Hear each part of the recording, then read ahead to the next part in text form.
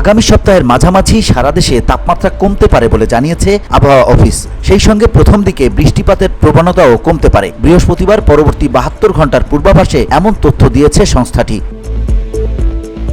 পূর্বাভাসে বলা হয়েছে, দক্ষিণ বঙ্গোপসাগরের মধ্যাঞ্চল ও তৎসংলগ্ন এলাকায় অবস্থানরত লঘুচাপটি ঘনীভূত হয়ে সুস্পষ্ট লঘুচাপে পরিণত হয়ে বর্তমানে দক্ষিণ পশ্চিম বঙ্গোপসাগর এবং তৎসংলগ্ন এলাকায় অবস্থান করছে। এর বর্ধিতাংশ উত্তর বঙ্গোপসাগর পর্যন্ত বিস্তৃত রয়েছে। উপমহাদেশীয় উচ্চচাপ বলয়ের বর্ধিতাংশ পশ্চিমবঙ্গ ও তৎসংলগ্ন এলাকায় অবস্থান করছে। এর ফলে আগামী শুক্রবার অস্থায়ীভাবে আংশিক মেঘলা আকাশ সহ সারা দেশের আবহাওয়া শুষ্ক থাকতে পারে।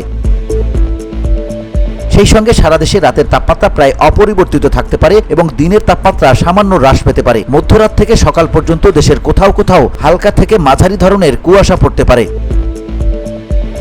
শুক্রবার সকাল থেকে শনিবার সকাল পর্যন্ত ঢাকা, খুলনা ও বরিশাল বিভাগের দু এক জায়গায় হালকা থেকে মাঝারি ধরনের বজ্রসহ বৃষ্টি হতে পারে। অস্থায়ীভাবে আংশিক মেঘলা আকাশ সহ দেশের অন্যত্র আবহাওয়া প্রধানত শুষ্ক থাকতে পারে।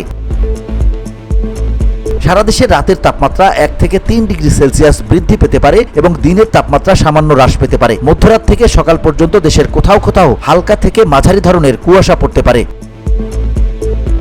VOD Bangla news desk.